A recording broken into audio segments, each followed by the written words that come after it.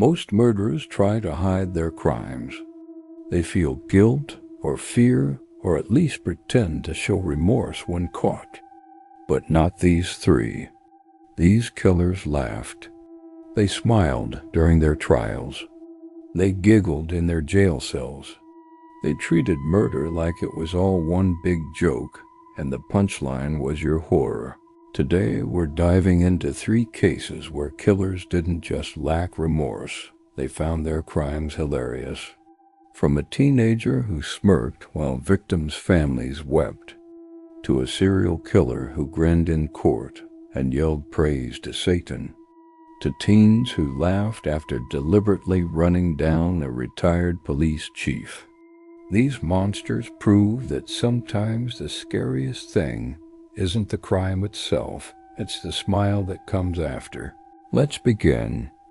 Our first case takes us to Ann Arbor, Michigan, July 2017.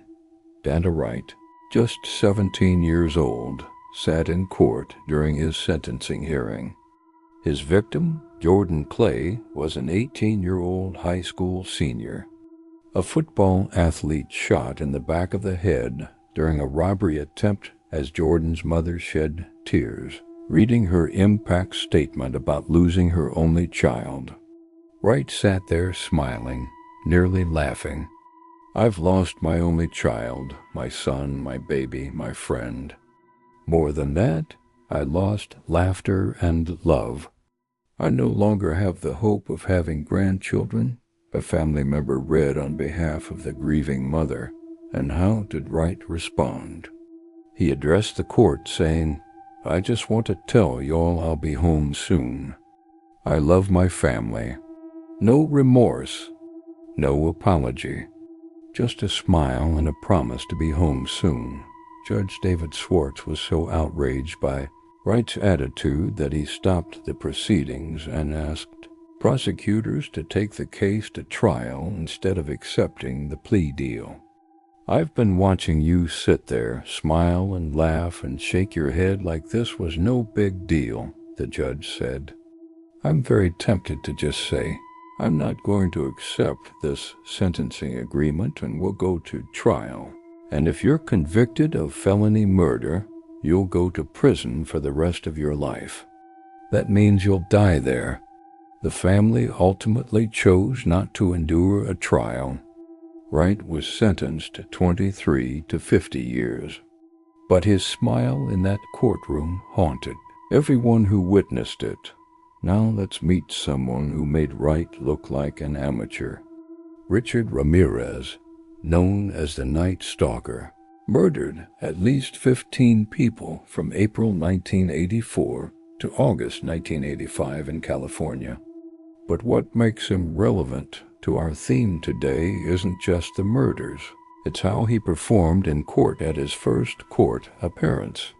Ramirez raised his hand with a pentagram drawn on his palm and yelled, "Hail Satan." He expressed no remorse and often smiled in court while witnesses recounted the horrors he inflicted. After receiving his sentence of death, he stated, "Big deal. Death always went with the territory." Ramirez didn't just kill, he performed. He drew pentagrams at crime scenes and on victims' bodies. He wanted you to know evil had been there. And in court, he grinned like it was all one big joke. Our final case takes us to Las Vegas, August 14, 2023. Andres Probst, a 66-year-old retired police chief from Bell, California, was riding his bicycle near Centennial Parkway. Jesus Ayala, then 17, was driving a stolen vehicle. Jameer Keys, then 16, sat in the passenger seat filming a video. Authorities say the video shows the 2 teens laughing, planning to hit Probst, and then they did, intentionally.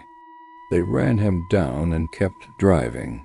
But what makes this case particularly haunting isn't just the murder, it's what happened afterward, according to police body-worn camera footage. Ayala allegedly told an officer that because he was a juvenile, he would only get a slap on the wrist. When an officer explained he could be charged as an adult due to the grave injuries suffered by Probst, the then juvenile replied, "It's just a hit and run. Slap on the wrist." But it gets worse.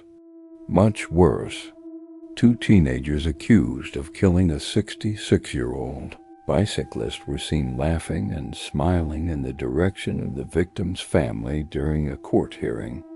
The retired police chief's widow and daughter, Crystal Probst and Taylor Probst, said they saw the 2 teenagers laugh in their direction and flip them off while waiting for the hearing to start. "These guys did not respect the court whatsoever," Taylor Probst said. "They were just dicking around the entire time." She added, "They were flipping us off. How can you sit there after taking a man's life and act like such an entitled?" Crystal Probst told the newspaper that Ayala's gesture pointing his middle finger in her direction just makes him look bad. Taylor added, "They didn't necessarily say anything, but they were snickering, laughing, trying to mad dog us and intimidate us, which didn't work." Jesus Ayala, now 20, pleaded guilty to second-degree murder and agreed to serve a prison sentence of 20 years to life. These 3 cases show us something terrifying. Some killers don't just lack remorse, they find their crimes entertaining. They laugh in court. They smile at grieving families. They treat murder like it's all one sick joke. And the punchline? They don't care that you're horrified.